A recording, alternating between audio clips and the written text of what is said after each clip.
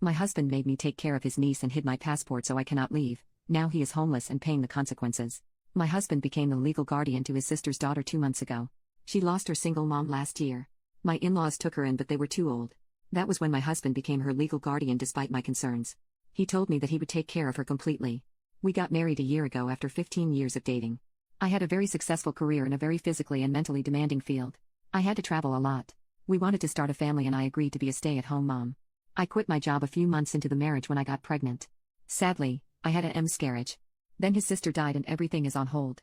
In the meantime, I took a part-time job in a related field which allows remote work so that I am not bored out of my mind. My sister-in-law was a nurse. She quit her job to take care of her daughter full-time. Her daughter has a variety of issues including nonverbal autism, a series of development disorders like dyslexia and severe sensory issues. My husband says that he does most of the work. But he doesn't. Since I am working from home part-time, most of the caretaking falls to me. She gets angry and has meltdowns all the time. She doesn't like the food I make and most of the time she ends up throwing food at the floor or at me.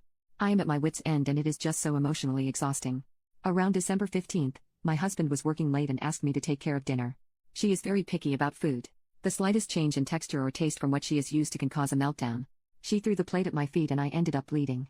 At that point, I called my husband and asked him to be home ASAP. He said he wouldn't be able to. I went up to my room and told him I am not dealing with this anymore. He came hours later and she was still crying. He was absolutely furious at me.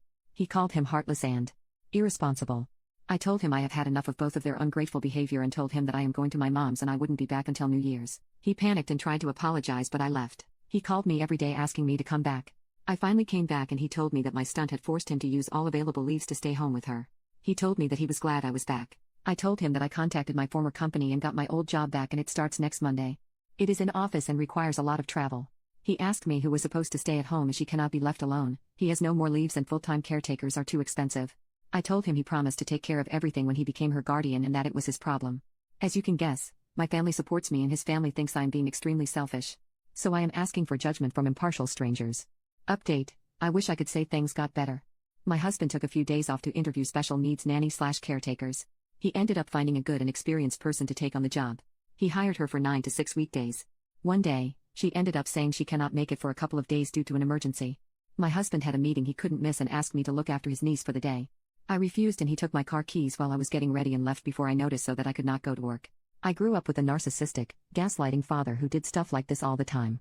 I told him to come back in 1 hour or I will call CPS and once they get there, I will call a cab and get to work. He ended up driving back and this turned into a big fight and I told him that if he does it again, I will walk out and never look back. He apologized and said that he was just desperate. The worst happened 2 weeks ago. I needed to travel for a couple of weeks for work and I could not find my passport.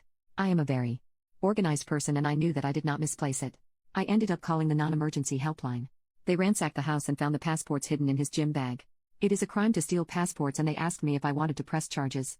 I said no. Another fight. He told me that he needed me at home that weekend due to a social welfare visit and he knew that I would not stay even if he had asked me. I kicked them both out of my house and I told him I would call the police if he came near me again.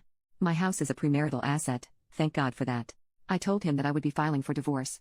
The welfare visit turned into poop as neither of them were living there when the worker showed up and the social worker also knew about the recent call to the non-emergency helpline. So, all in all, she was not impressed with our bull poop. He came by 2 days ago. He told me that ended up moving in with his parents. They own and live in a small 2-bedroom apartment. That doesn't qualify according to welfare norms. He ended up asking me for another chance. He asked if I would consider letting him and niece stay until they figured it out or she would have to go to state's care. He told me that there is no way he can afford rent and a carer and begged me. I told him that I could never forgive what he did. He knew my past with my father and he still went ahead and did it. He suggested they could move in and we can work on this at couples counseling. I told him that I could never trust him again and that it was over. He asked me if he could get his parents to take in the niece or even relinquish her care to the state, if I would give him another chance. I think months' worth of anger burst that day. I told him that even though it may appear as if the problem between us is niece, it was actually him.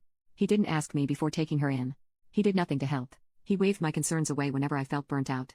He took on a responsibility without consulting me and dumped everything on me.